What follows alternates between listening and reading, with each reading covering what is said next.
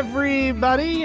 Hi, guys. Well, from beautiful Salt Lake City, Utah, It's Thank God I'm Atheist. the podcast. I'm Frank Feldman. And I'm Dan Beecher. And coming up on the show today, Dan, if you haven't seen it, guys, we're going to be talking about Murder Among the Mormons. It's currently sitting at number 2 on over Netflix? there at Netflix. No It's a way. big deal. Oh, it's true crime set in Salt Lake City circa 1984. And Right. totally revolves around the Mormon church. Yeah, it's awesome. It's So much fun. So we'll be yeah. talking about that. Something smells good in my house. Well, that's just great. So the dinner's being cooked, I think. But yeah, before we get to all of that, Dan, Yes. I want to talk about the Pope's costume. And it is a costume. It's a costume. He When- dresses when- up to You couldn't call that an outfit. And it's not a uniform because nobody else wears it. It's a costume. I mean, it's a uniform of sorts, right? It's an ensemble. Is it it's his what does this article even refer to his whole outfit as?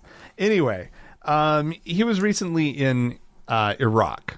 Okay. And you heard about this, right? And it got a lot of media attention. And one of the fun things was that I guess it was a little windy throughout the duration of his visit, and there are just wonderful, wonderful pictures, so many of them, in fact, of his sort of the little thing, the little it's called a pellegrina. It's like a cape. It's a little mini cape that's just on his shoulders. It's a right? capelet. It's like a big round disc, and his head sits through it, and it's just kind of on his shoulders and around. You know the thing. It drapes. It drapes over him. Sure. Well, there are so many pictures of it covering his face. And there's a really great one where it looks like he's sprouted sort of wings. As it sort of lofts and lifts up and billows right over his shoulders and everything. That one actually is kind of a nice picture. But then there's another picture of him speaking to, I guess this is actually a file photo. He was speaking to Panamanian President Juan Carlos Varela back in 2019. And it's like covering half his face and everything. Well, apparently this is a problem. They don't want a flying nun sort of scenario happening, or just a pope concealed by his own wardrobe or whatever. So they apparently the pellegrina, which is a reference to the kind of a similar little cape that pilgrims would wear. Christian pilgrims would wear a little disc around their fabric disc around their neck. I don't know. That's what this article says. Right. Sure. I'm not an expert on such things. But at some point the popes started wearing the same, little disc robe thing. I just pulled up an image of it, and I'm gonna say that it looks like, on Jurassic Park, the dinosaur that like shoots its little fins out of its head and like rattles them at you. Yeah, that's the Pope. He's terrifying. Exactly. Right. Yeah, and then he spits poison at you. Yeah, I believe it. I mean, the doctrine he's espousing is poison enough. Yeah, exactly. But anyway, there's been an evolution of the pellegrina through the decades. It used to be a heavy fabric, sure, and it would just stay put, right? But the people who make his costume have been trending toward lighter and lighter and lighter fabric, and now we have a problem, and they need a solution. And so rather than just going to another fabric that would lay better, they are going to use Velcro. They've decided. There you go. Once it's a and for natural. all, That's an easy choice right there. just As a veteran of the theater, I can tell you that Velcro solves just a myriad of wardrobe woes. Yeah, but like for it's just there's something undignified about the noise that Velcro makes, right? When you tear it apart. You don't imagine the Pope when he's undressing. You just hear big long strips of Velcro. Oh no! Right. Here's my prediction. You ready? Not only will he get used to that sound, but it will be so quick and easy. He'll want it on as the closure for all of his things, so he can just quick change, just whip that shit right off. Yeah, and he's done. Yeah, just one tear and he's out of there. He's into his club outfit. Well, and Benedict famously had his Prada shoes. Maybe Francis will just do Velcro. There you go. Sneakers, I think it's all Velcro all the time now. It's the holy hook and eye. I love it. The pictures, though, look them up, guys. Yeah, the pictures are really, really amazing. If Frank gets really wardrobe really malfunctions, precocious, he'll post some links in the show notes. But yeah, I would never make that promise ever, Dan. Did I make a promise? I just said if you feel precocious. I made no promise. You suggest that maybe I ever put anything in the show notes. I'm not hinting that you're a precocious person by nature. I'm just saying if that were to happen, that might show up. I don't know. Check the show notes every now and then. Who knows what you're going to put in there? You're promising something that's never going to happen. I'm just saying. I think we need to be clear about that. I'm just trying to apply some pressure to actually be a real podcast is what I'm trying to do. But it's not going to happen, so that's fine. Show notes? Show notes! All right, fine. Okay, I'm going to do a story. So there's a woman who has risen to a pretty high degree of prominence within the Southern Baptist movement. This is a woman named Beth Moore. Now, we have maybe heard about her every so often. She came up at one point because she has, when Donald Trump started to look like he might be getting into power, she spoke out against him.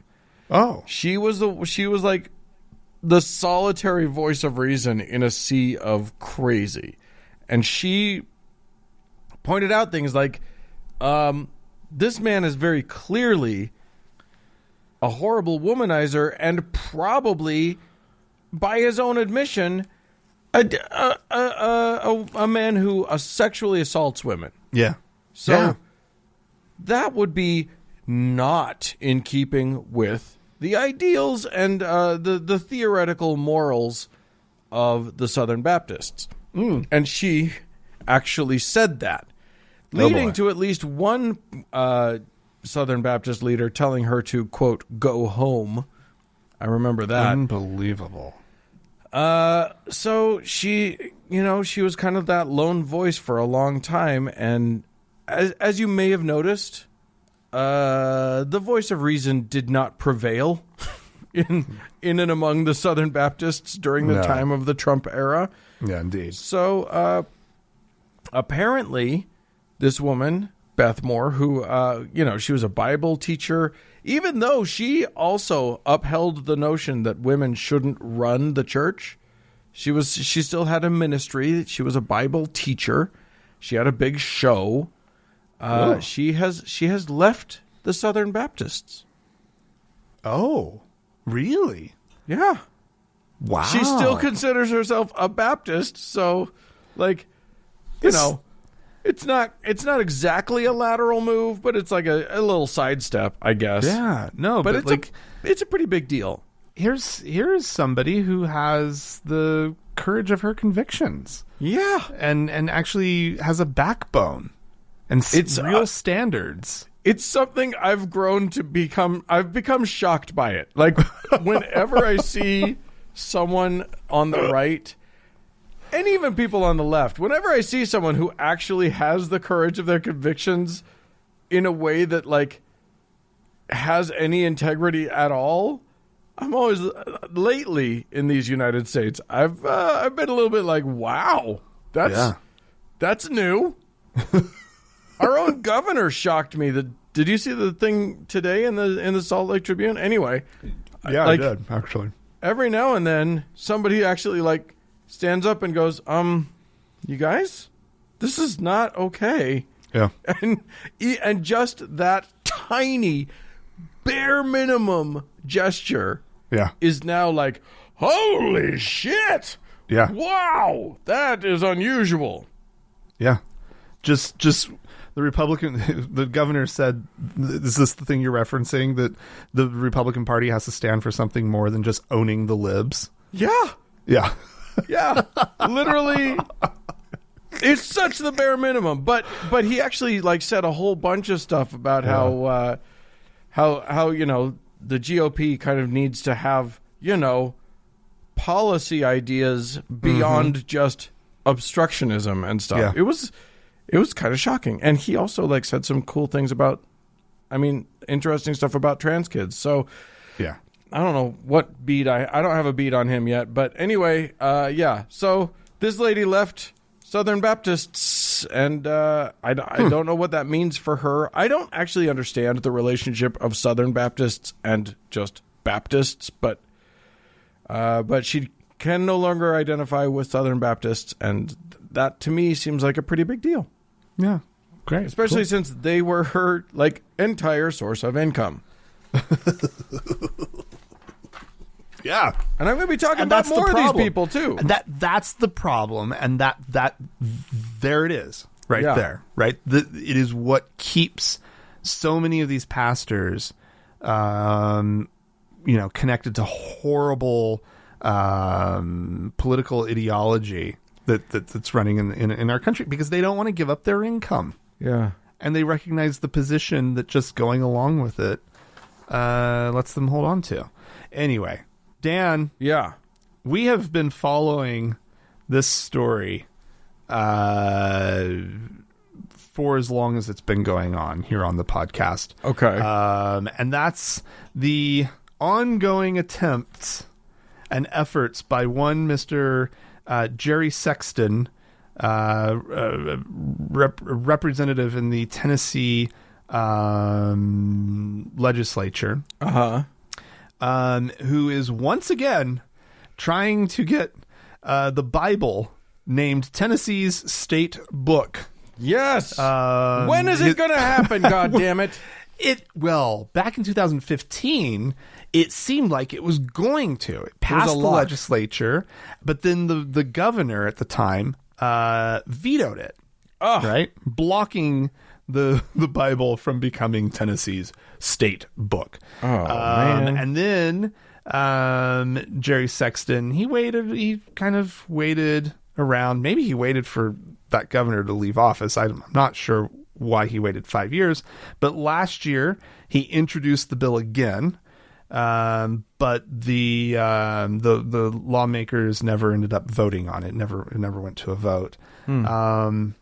And then this year he's trying again, and it's in committee at the moment. So who knows? We're going to have to pay close attention, because this is just such an important story. Yes. Let's see. He says in the resolution that he is trying to get passed that the Holy Bible has great historical and cultural significance in the state of Tennessee as a record of the history of Tennessee families that predates some modern vital statistical records. Okay, that may be true. Yeah. Right. But that doesn't mean it needs to be the state's book. Right. Let's see. What else does he have to say? Let's see if this makes us want it to be the state book. He says that many Tennesseans before the 20th century did not keep comprehensive records of births, marriages or deaths, and instead recorded their vital records in family Bibles that were passed down through generations.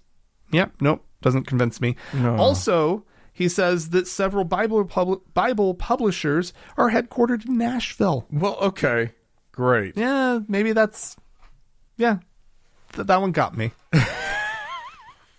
State book. State book. It's such a ludicrous... Yeah, no, of course not. I feel like they're really... What about Elvis and Me by Priscilla Presley? What about that as your state book? That takes place in Tennessee. What about that? Have you read it? Oh, it's a page turner. I'll tell you what. No, I didn't know you were such an Elvis fan. I'm a Tennessee fan. I've read every book about Tennessee. John Grisham's The Firm, Tennessee. That's a good book. That's a good book. So did you read it? No. Not only a good movie, it's also a good book. Oh my gosh, yeah. That was that. Who was in that? That was Tom Cruise. That's right. And Gene Triplehorn. Wow, you're a regular IMDb over here. Yeah, and I just like the name Gene Triplehorn. Well, who doesn't? It's a likable name. Not even so much a fan of her. I just like the name. Yeah. Well done. There you go. Well done, parents. Good pull. All right. Well, so we'll keep tabs on that. It may be that the Gideons are. I think giddy. I think that legislator is probably owes Big Bible. He's probably his one of those publishers campaigns are financed by the Gideons. He's bought and sold to Big Bible. All right, I'm going to talk about yet another interesting person willing to have at least some degree of integrity. We've already talked a little bit about him. This is Jeremiah Johnson, the self-styled evangelical prophet, who unabashedly was one of the many who prophesied that Donald Trump would be reelected as president. Yeah. But of all of those, just dozens of self-styled prophets who were certain that God had told them that Donald Trump would be president again. Right. He was the one who said, "I was wrong. I'm sorry." Wow. Which is a pretty shocking thing. That's not how you prophet. I've got news for him. Yeah. Right? That's not the right way to do this. You have to double down and then double down again and just keep going. You can't. You can never show any weakness. Well, you double down once and then you never mention it again. Then you just pretend like it never happened. You literally just put it out of your mind forever. In a digital era, though, Dan, people will always tricky. be bringing it up. I think he might have made a good choice on that point. But boy, did the rest of the evangelical world come down on him like a ton of bricks. Shut up! Really? Oh yeah. He made the announcement. He started a YouTube series, which he called "I Was Wrong." What? And then, like partway through it, he just disappeared. And I think it was because everybody came down on him like crazy. What? That's so weird. He has he is he okay? Do we know that he's okay? Has he been disappeared? He done disappeared himself. Is he sleeping with the fishes? Because here's what he's done is completely dismantled his ministry. What? He has. It turns out what he's doing is rebranding. But he has taken down. I mean, he lost so many followers, and he has taken down all of the websites associated with him with the Jeremiah Johnson ministry. All of the social he says he's going to take down all of the social media surrounding it. And he's putting up, and he's starting a new ministry that's not going to be prophetic, I think, because he seems to have learned that lesson. But his new ministry is going to be called Alter Global, like ALTAR, not Of course. He's not going to alter the globe. Although he should. I think that would be funny. He could be a flat Earth guy. Anyway, he's going to, quote, help prepare the bride of Christ, I guess that's the earth, for the return of our glorious bridegroom, King Jesus. I think it's the church. It just sounds so weird. Yeah, that is our weird. glorious bride. Frankly, my friend, it sounds like you're into gay marriage, which I'm down with, but I don't think you're down with that. There you go. Well, it's not gay if it's Jesus. Yes, it is. No. Oh, are you saying that he's trans? That Jesus is... No. Is I'm Jesus just, they, them? Just non-binary? It... Quite possibly. I don't know. But I'm just saying... That would make a lot of sense. I'm just saying, the whole no homo thing, right? Oh, right. Yeah. It's not gay if it's not gay. Yeah. It's our bridegroom, King Jesus. That's not gay. What's gay about that? What are you talking about? Oh my gosh. Well, there you go. God. All right. Dan. Yeah. This we were actually alerted to this story by a listener. I don't have his name at the ready. You actually reminded me of the fact that we got an email about this. It just hit my list so hard. It was Tim. Tim. Thank you, Listener Tim. Thank you, Tim. Yeah, we've got some news, everybody. Some sad news. Brace yourselves. Sad news, Dan. The Hill Cumorah Pageant that was held in upstate New York annually by the Church of Jesus Christ of Latter-day Saints, the Mormons. They have canceled it. Oh, it's done, been and not canceled. just for COVID, but forever. Yeah, well, we knew that it was going to stop. It was slated to be back ended. in a couple of years ago.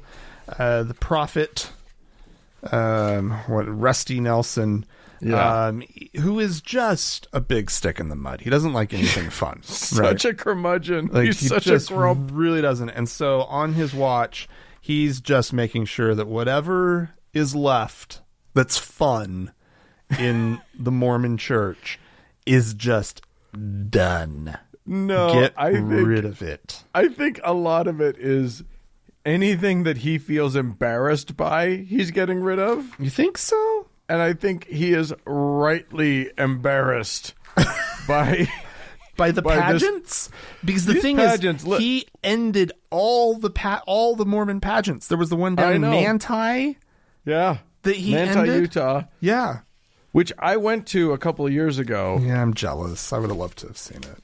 It's so bad, you guys. Let me just describe for you this event, which I assume the Hill Cumorah is basically the same, except bigger. I think the Hill Cumorah pageant's even bigger. And what they would do for the Hill Cumorah pageant is Mormons from all over the country, mostly Utah, because that's where they mostly are.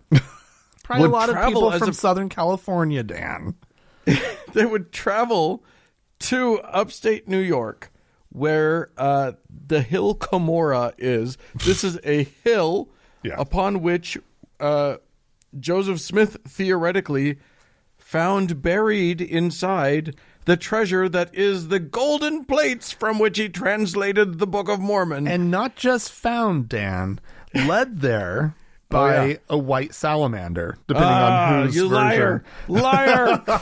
We'll talk about that later. No, by the angel Moroni, right? Isn't that by an angel? That's right. Yeah. So anyway, they have this big pageant, and all of these families, these Mormon families, with 5 or 7 children, all pile into the whatever 15 passenger van that they have to have, and they go to upstate New York. And they go there for 1 week, and in a week and a half, they cast this giant pageant from this group of volunteers that go up there. Yeah, they just basically grab Okay, who's like 42? Come over here. You. I don't know. All of you audition for the role of Moroni. And then they cast the thing. They kind of choreograph everybody and tell everybody where to go. And then they just have this playback, which is just sort of, a narrator telling you, and then they went to the place with the things and blah, blah, blah. And then other voice actors have voiced the roles of all of these different characters. Yeah. So then whoever's quote unquote playing that character stands in their position and lights come on them. And then they sort of move their arms more wildly than they should so that people know for sure that it's them talking. And, histrionics, literally. Yeah, it's delightful. Yeah. There's fire. There's all kinds of, there's pyrotechnics. It's, I wish we could have seen it, but alas. I know. So due to COVID, the grand finale year, which was supposed to be this year, is canceled, and they will never do it again. They have announced that the last year that it happened, 2019, summer of 2019, was the actual last year of the pageant, and none of like this. Oh my God, Dan! What a wonderful tradition. Well, yeah, I mean, pageants. Why don't we do pageants anymore, Dan? We do. We just call them drag shows now. Well, then these drag shows need to be on a larger scale. Because what I want is like that experience of being in an outdoor amphitheater and a big giant stage. And we've seen a pageant before, right? You and I, in Arkansas. We saw a good one. The Passion Play in Eureka Springs, Arkansas. That one continues. That one's still going. Yeah. And if you're in the area, check it out. Go check it out. It's terrible. Do what we did. Buy a soda and pour as much alcohol into it as you can. Get pretty liquored up. Get pretty toasty. There were some listeners that actually met up with us, and they got really toasty. Yeah, it was fun. It was so much fun. Go and see Squat Necked Jesus. It's a giant. Anyway. A lot of fun. A lot of fun. No more pageants.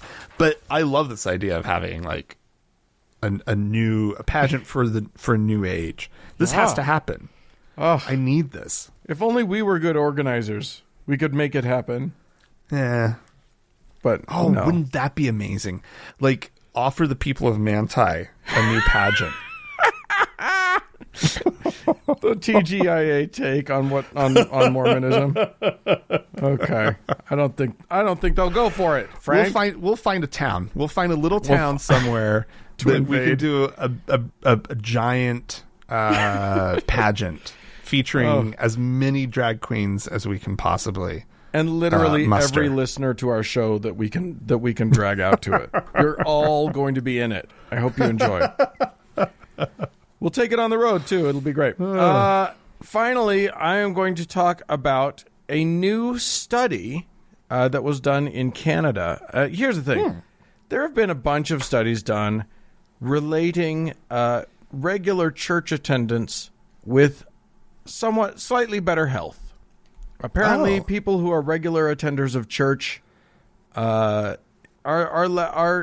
less likely to smoke and less likely to drink to excess, and etc., and are therefore frequently in better health than those who don't regularly attend services.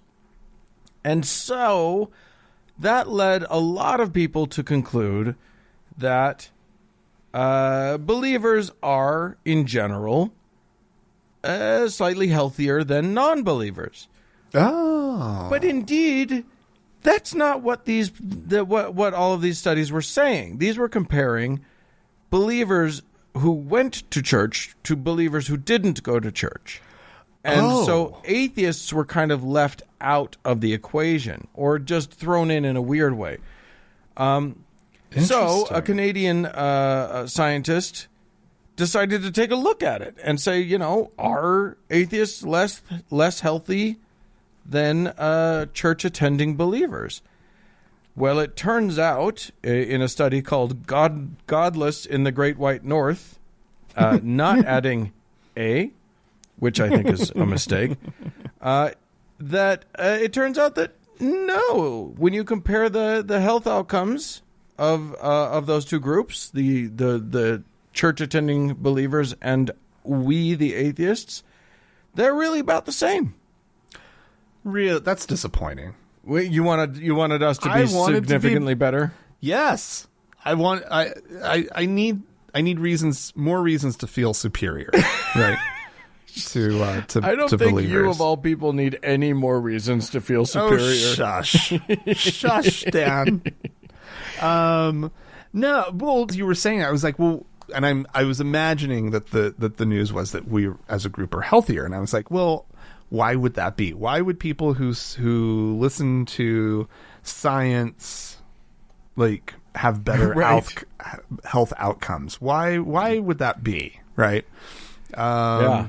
And so, but that's great news. That's good news. Yeah. Right. The one thing that actually, the one place where this study found atheists had a deficiency was in their social support networks, which we've known for a long time that that's one thing church does great is create a social support network for their people. Yeah. So that kind of is where you might have an advantage, except that doesn't seem to be playing out as something that gives them an actual health advantage, even emotional and mental health.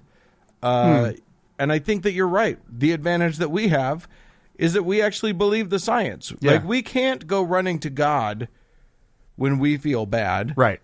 So we run to the doctor. Yeah. Which is probably a little better. Yeah, so, probably. Yeah, I mean... and if nothing else, it helps even out whatever social benefits they're getting. Right? And but I mean, we have to solve this problem of like this sort of social deficiency within our community. Like, it's an issue. I don't know how to. Somebody needs to innovate on this and come up with like some sort of just peer-to-peer aid, type network thing. Yeah, where it's just like, there's somebody there, like you like in your Mormon ward. Right. Yeah. And I remember this. My mom actually, when I was about 8 or 9, she had a bad gallbladder thing happen and had to have it removed, and so she was in the hospital for a minute. Right. There was not a meal missed at the Feldman household. Right. No. The ward made sure of it, and there were women cooking double dinners and bringing us dinner every night that my mom was out, right? Like, all of our needs were taken care of. And that's the kind of thing that religious communities tend to do really well, is that just jumping in and helping out. And we don't do it systematically, right? Like, I know so many good non-believers who are so kind and generous, right? But we don't have a system to organize ourselves around that. That's what Frank is saying, ladies and gentlemen, is that if you are an app developer who has a lot of free time, contact us. We're going to create the TGIA Everybody Support Everybody app. So yeah, let us know. I'm actually not kidding. If you are an app developer and you have some free time, hit us up. We'll work together. We'll figure something out. That'd be cool. Anyway, listen, if you have anything that you'd like to say about this or any of our stories, you can feel free to write into us. podcast@thankgodimatheist.com. Or call and leave us a voicemail message. The telephone number is 424-666-8442. Stick around. There's more show coming up.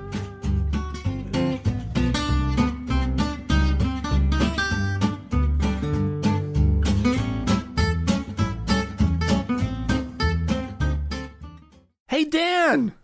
Hey! Oh, praise be, Dan.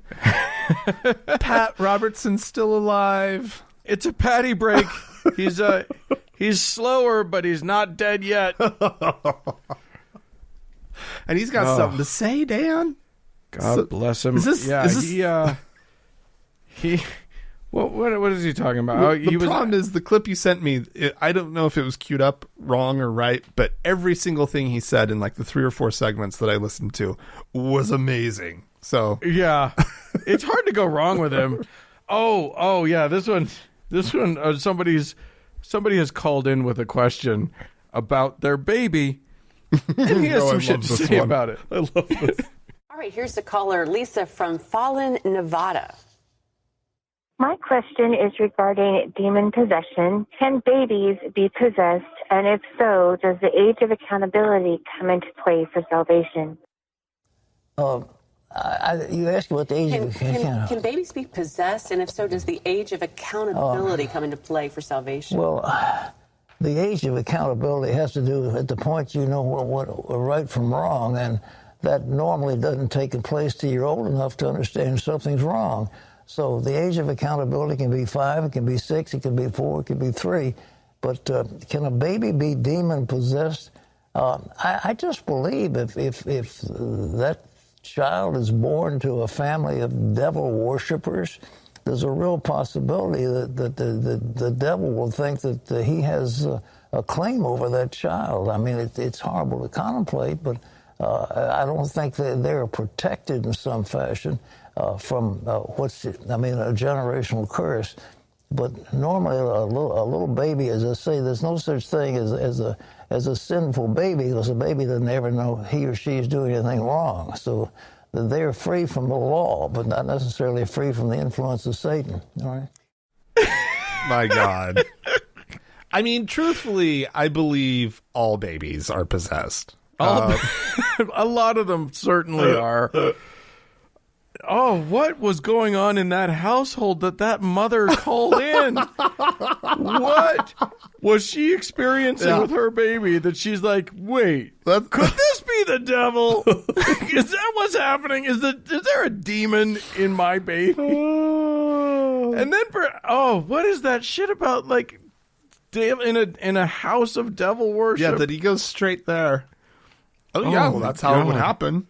Right? Yeah, and she's I figure devil probably thinks he owns a few of them babies, so it's just going to happen. What are you going to do about it? Well, it's likely that she's also calling about, like, her grandbaby, right? Oh, and now she's like, what's going on? Is my son a devil worshiper? They do like the color black too much. He painted his nails that one time. Oh, my God. Oh, Lord, Pat. Yeah, indeed.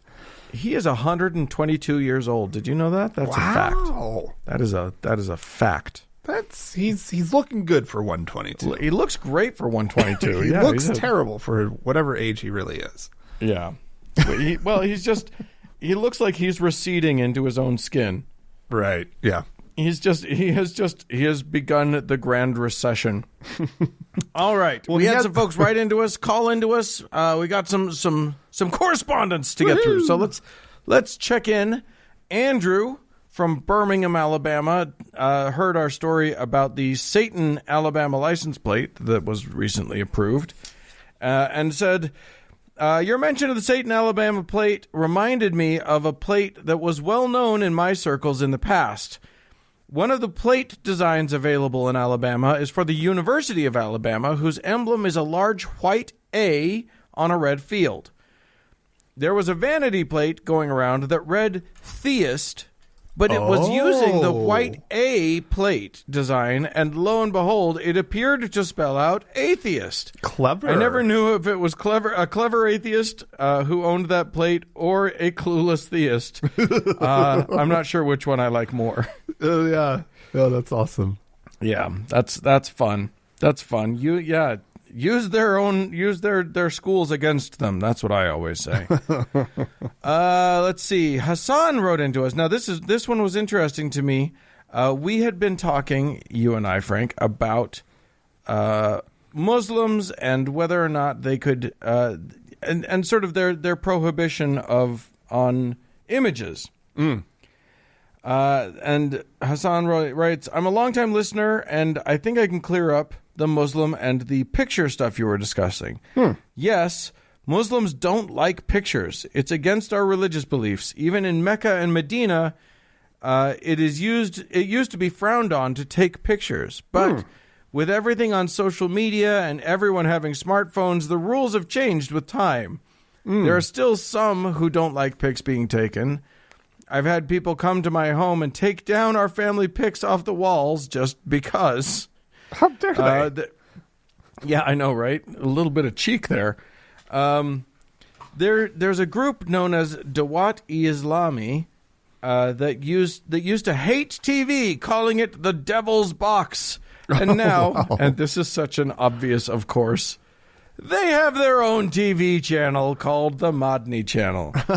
Their founder, Ilyas Qadri, can be seen 24 hours on it, being absolutely cringe, etc. So I guess with time, these things changed, but there are still some nutcases everywhere.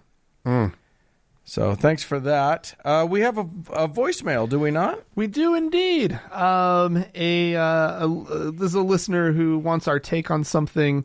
So let's just listen to it. Do they want the hot take or just the regular take? We'll go regular. Both. Okay, we'll go both. Here's the voicemail. Hey, Sky here, a new listener. I just had something interesting that I was wondering if you guys could talk about. I recently got into an argument with one of my Christian friends over the so-called hate that they've been getting and how they've been abused for being a Christian in today's society where everyone hates God, and said that atheists do not get any persecution in today's society. And I was just wondering what your take was on Christians believing that they are more persecuted than any other religion. Thank you. Have a great day. Well, isn't that cute? Yeah.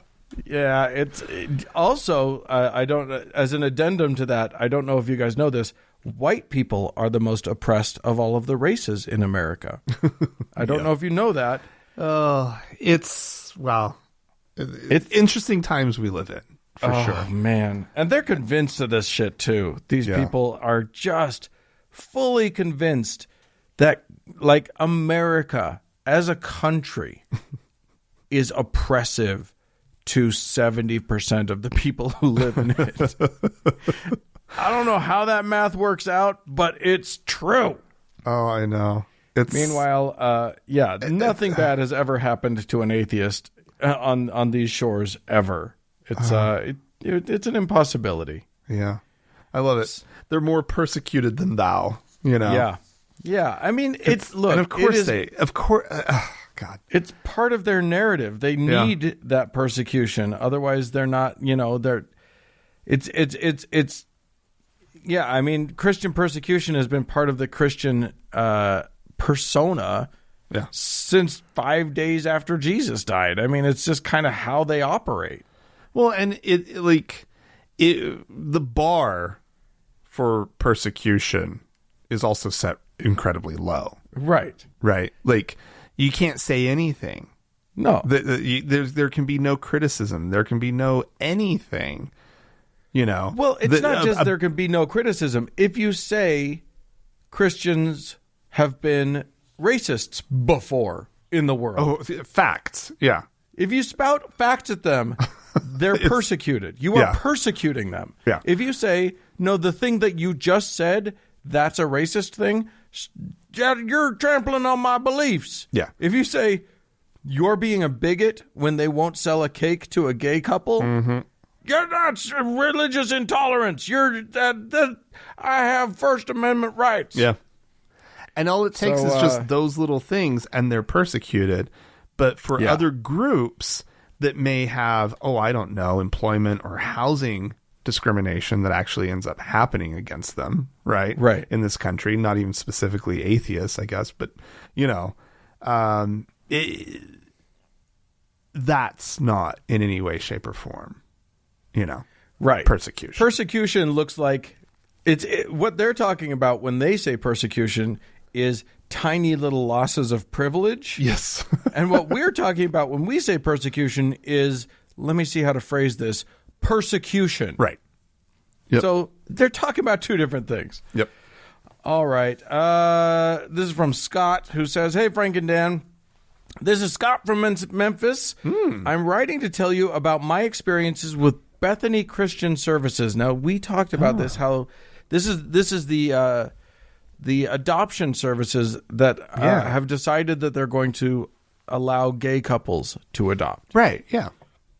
And we were hailing this as, at very least, good news. Yeah. Anyway, Scott goes on, "Shortly after getting married in 2014, my wife and I decided to start a family. We cannot conceive on our own, so we looked into adoption. We soon found that there are exactly 0 adoption agencies in the area that will adopt to non-Christian families." Oh, wow. I hadn't even thought of this. I'm all like, yay, they're going to do gay people. Oh, wait. They can discriminate against anyone who isn't Christian? That's insane. So wait, Anyway. so these gay people have to be Christian? Apparently. Oh, I don't know how that God. works. Anyway, Scott goes on, "We discussed the level of dishonesty we were comfortable with if we were to try to work with one of the Christian agencies, and decided that we couldn't lie about our faith because that would also be a lie to the birth mother, which we didn't want to do." Yeah. Yeah, that makes sense.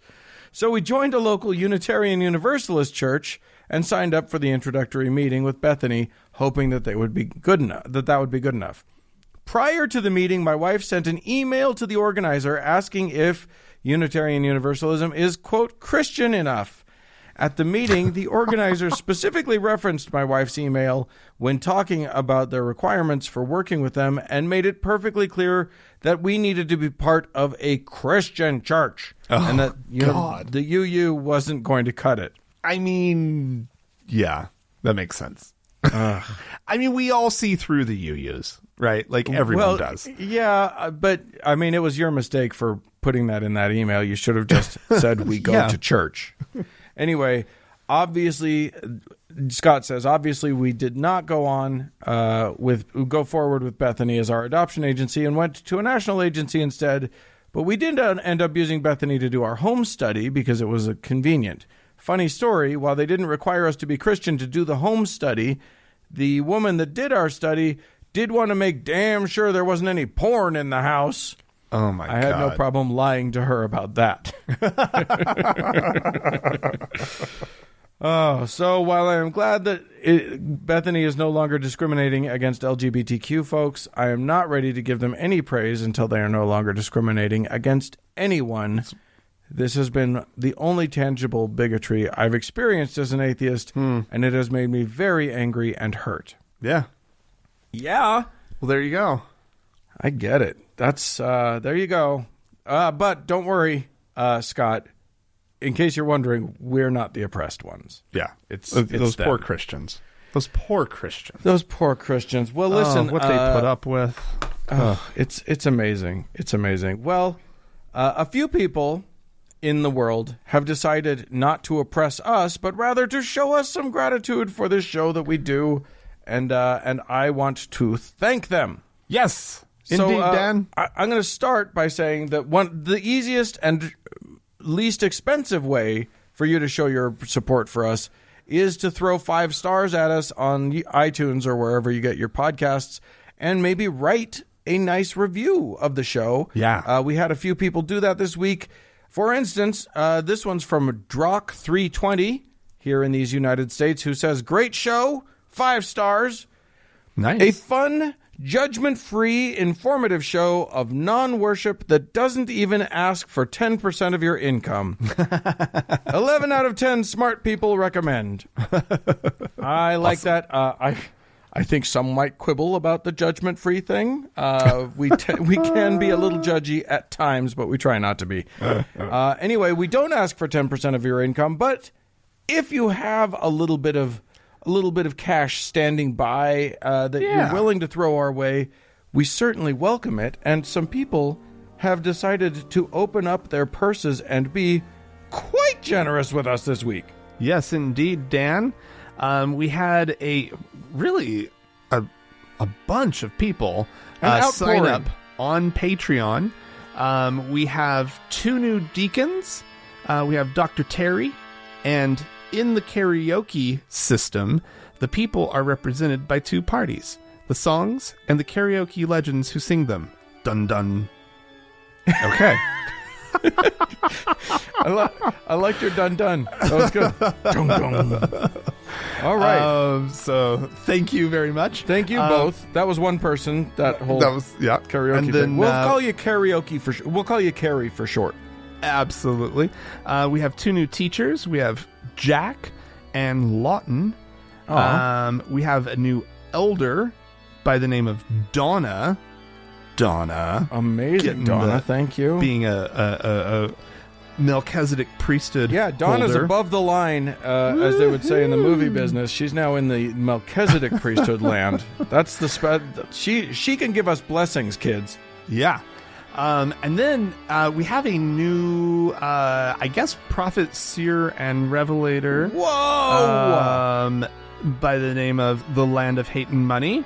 So thank you very much. Amazing. And blessings. Dan, I like, follow the prophet is an important part of our religion. So that's amazing. Thank you for being a prophet. And then, Dan, we have to say thanks to Davis for being our Lord and Savior for a very long time. Our Lord and Savior's been dethroned? We have a new one, Dan. Our new Lord and Savior! Austin. Oh, man. Everybody, we all got ourselves, and we got us a new God, y'all. Austin. All Amazing. right. Well, that's exciting. Thank you to all of our patrons. You mean so much to us, and we can't do it without you. Yes.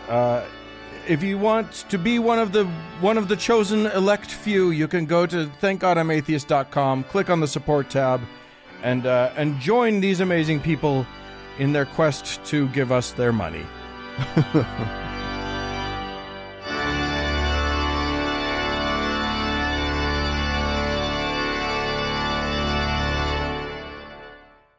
Dan. Hello. Television. It's the only thing we have. It's this whole year, Dan. It's all the rage. TV. I've much watched TV. All of it. I've finished TV and have moved on to rewatching all of the movies now. Oh wow, good for you. It's just when you're stuck at home, when there's no out to go to, you watch a lot of TV. And right now, the number 2 thing on Netflix, Crazy. at least I think at least in the United States, is about our hometown. It's really weird. It's Murder Among the Mormons. Yeah. It is a sort of true crime documentary in 3 parts. Mm-hmm. That was directed by Jared Hess of Napoleon Dynamite fame. And then Tyler Meacham, who we've had on the show. Yeah. Who did An Honest Liar, which was a nice little documentary.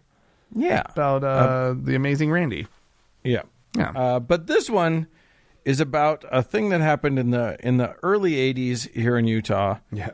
And it involves a figure that I don't even know how to describe him. Mark Hoffman. Yeah.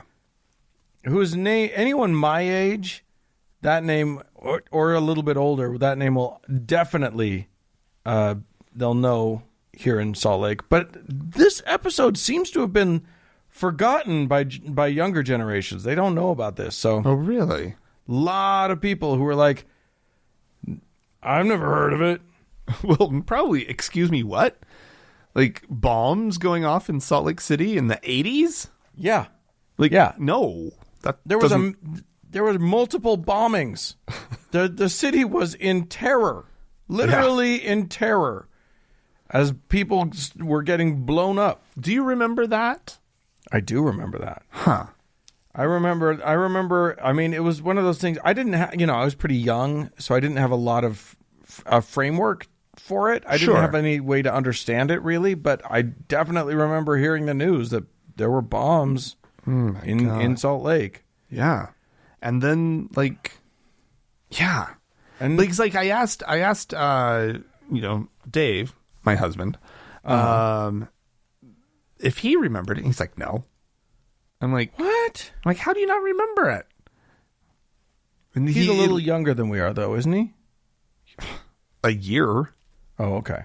I mean, Yeah. and at that age, I guess a year can make a big difference. But I was just like, I thought this would be like everything in this entire valley would just be like fixated to a level that even a child would be very, very, very aware of it. People were on pretty high alert. But I mean, I can see parents might want to shield their kids from that sort of thing or whatever. Okay. That's very true. I will say this, my parents were both Mormon historians, and that's the key element of this thing that makes it super weird, is that the guy who turned out to be the bomber, there were bombshells dropped before actual bombs in the form of a series of documents that were surfacing. Yeah.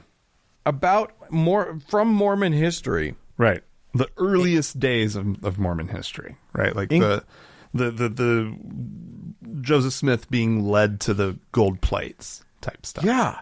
Yeah. Yeah, we alluded to it earlier in the show. Like there's this, so the biggest bombshell document of these was one it came to be called the White Salamander letter. Yeah. And it was a letter, I think it was meant to be by Martin Harris, who was an early, who helped Joseph Smith With from the translation, beginning. right? Yeah, Wasn't he helped the him scribe? translate. Yeah.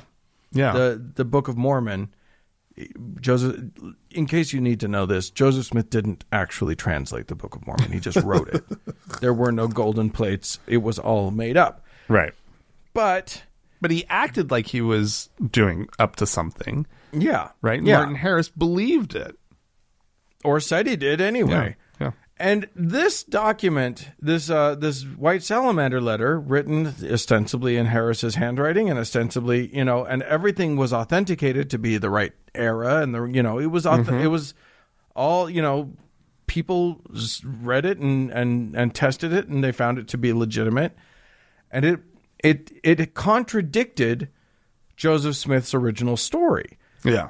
In that, instead of an angel telling Joseph where the golden plates were, he was led by a white salamander Yeah. to the place where the plates were.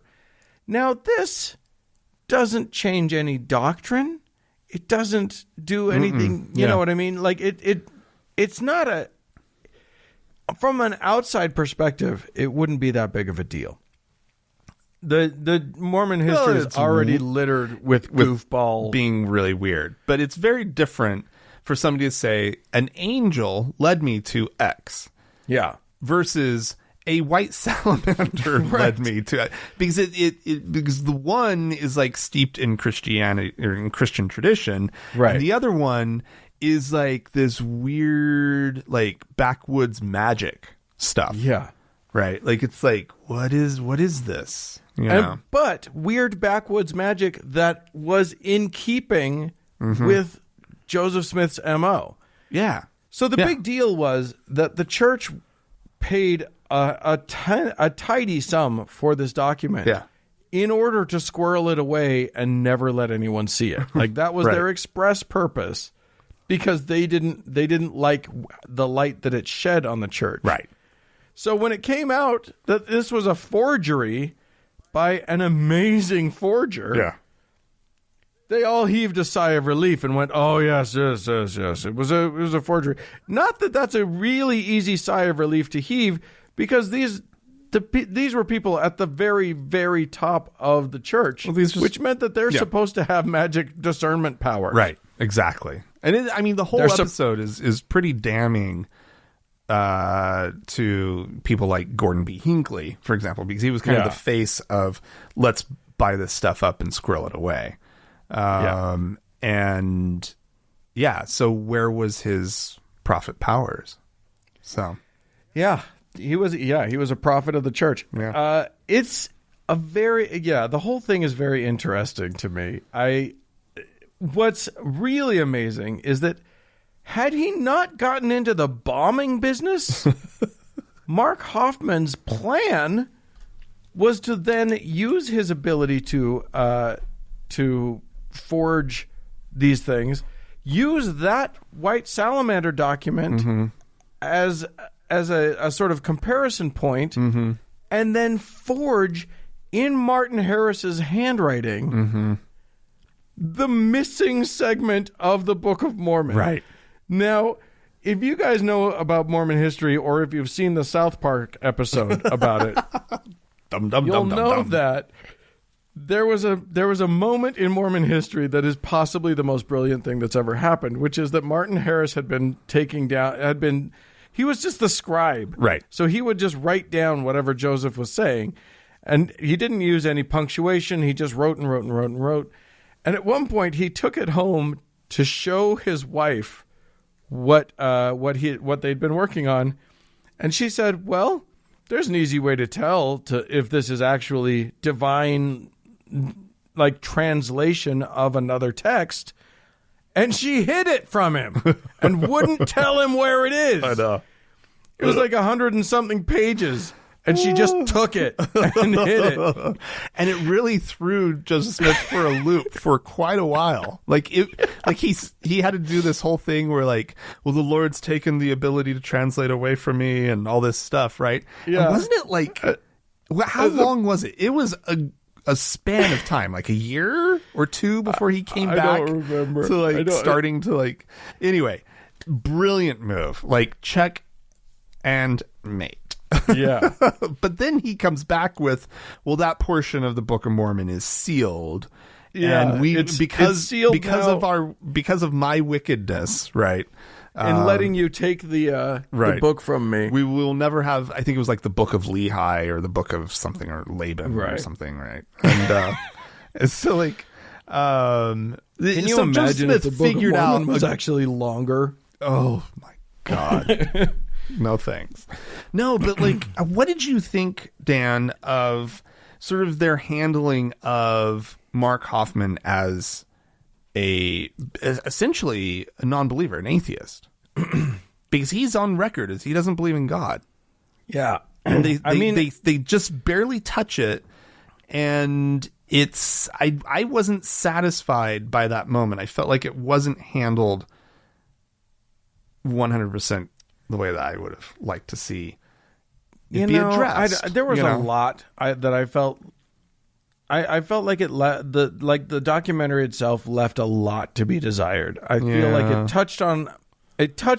barely touched on a few things that I think would have been highly interesting. Yeah. Like it just sort of gave us a couple of techniques that he used to forge, but I wanted to learn about how the fuck he forged these documents that they put through gas spectrometry and stuff, and they still passed the smell test. Yeah. And I wanted to hear more about why he was doing this to the church. Like he grew up in the Mormon church, but he very clearly like stopped believing in it quite early. I mean, he's clearly a psychopath. Yes, absolutely. And so I'm sure he stopped believing quite early. Yeah, he had no problem with the idea first of lying and forging and all of that. Yeah, and deception then he was no problem for him whatsoever. So easily just glides into murder. Yeah. Like, and he passed lie detector tests with no problem. And he's clearly he had a brilliant mind. Yeah. He had I think he was a psychopath. I think he probably is and was an atheist. He's just rotting in Utah State Prison now. Yeah. But I think his atheism is neither here nor there to his criminality. No. And I am very glad that nobody tried to make that connection. Right. That somehow the reason that he was a criminal and the reason that he was sort of without any morals was due to his atheism. I'm glad they didn't do that. You're right. But like it does touch, I guess, on what you were just saying a minute ago. What were these motivations against the church? right? Yeah. Like he had something going on. yeah. And clearly he was just fucking with them. Well, Like, I think he saw a he way to make forged a lot of money as well. Well, sure. Right. But he also, like, he forged documents by Thomas Jefferson Yeah. and, like, sort of American founding fathers, and was on the road to creating a document that, or had created a document that, again, passed all of the tests of authentication, that was going to make him millions of dollars. Yeah. Because it was the first printed document in the that was printed in this country or whatever. Yeah.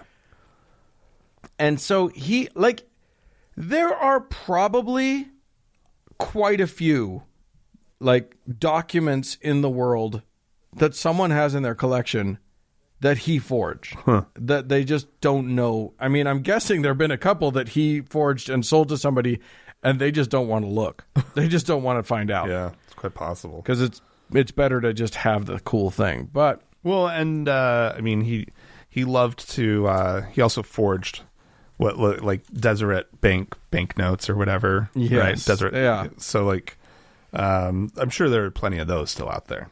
Like the low value stuff that he was like forging just for like some pocket change. Yeah, like that stuff guaranteed is just out there. That's circulating. Yeah. It's just, he targeted a silly, weird little big church that had deep pockets. That's also paranoid about like their image and right. and their own persecution process. Complex. It makes sense. Like they're a great target. Yeah. It makes sense that he would target them, but so funny. If he had just not been murderous, this all would have been kind of good fun, to be perfectly honest with you. I kind of love the idea that forging. If he had gotten away with actually creating the sealed or some portion of the sealed portion of the Book of Mormon. No kidding, right? It would have been amazing. Because literally, when the White Salamander letter sort of came out, people were figuring out how to adjust their sense of their own theology to include it. If that had come out, they would have just had to incorporate whatever he put in it into their theology. It would have just had to have been part of their new church now. Or it could have just been wildly contradictory to what else was in the Book of Mormon. Yeah. Right? Like which is why, like, I don't know. Anyway, as it turns out, he became a murderer instead and ruined the fun for everybody. So I don't know that that's great fun, but I mean, I get where you're coming from. The one thing I and it's not like I would encourage anybody to do it because it's, obviously just patently wrong. But if it had happened in history, it would have been a piece of history that I would have enjoyed. Right? The fact that he conned the Mormon Church so epically. Yeah. But and then probably would have come out years and years and years later after everybody had made their theological adjustments and said, nope, it was a fake. I did this. And then everybody would have to decide whether to double down or to reject it. And anyway, I get a kick out of imagining that scenario, but instead he went with that murder thing. So go and watch it. I think it's entertainment. It's fun entertainment. If you're into true crime, it's interesting. If you're into seeing Salt Lake City in the 80s, which was a hoot for me, they have some amazing footage. Well, and if you like 80s hairdos, boy, that was some big hair, lots of feathering. Yeah, definitely. It's a treat. You could go ahead and watch it and enjoy. But man, the things that could have been. God. Well, if you guys would like to mention anything about this or anything else to us, please feel free to write into us, podcast@thankgodimatheist.com. Or call and leave us a voicemail. The telephone number is 424-666-8442. Yeah, hey, go to the Facebook page, would you? Facebook.com/TGIAtheist and click that like button. And if you'd like to join the Members Only Lounge on Facebook, go to thankgodimatheist.com/members only, and that'll take you over to it, and you can join. Also, find us on Twitter at TGIAtheist. Yeah, hey, thanks so much to the Red Rock Hot Club for the use of their fine music. And thanks to Gordon Johnston for the use of his music. And thanks to all of you for tuning in. We sure do appreciate you. Bye-bye.